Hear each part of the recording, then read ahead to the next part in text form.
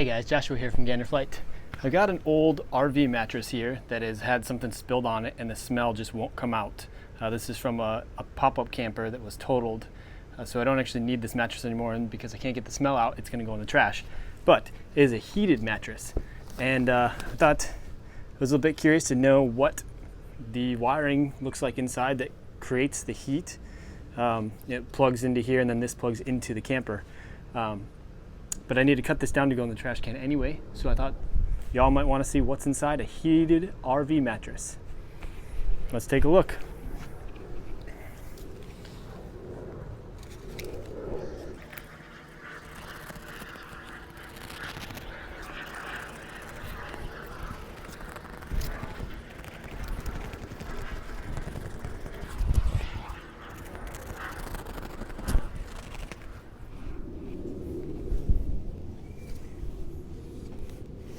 All right, so if you can see that, power comes into the plug here, and it looks like there's just heat tape running in a grid pattern, up and back, and then it provides heat through that heat tape above the insulation. You can see here it kind of goes, there's this little protector here, but the heat tape sits on top of the mattress under the quilting.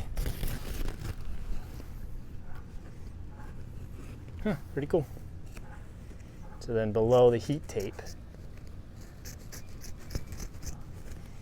is the foam for the mattress.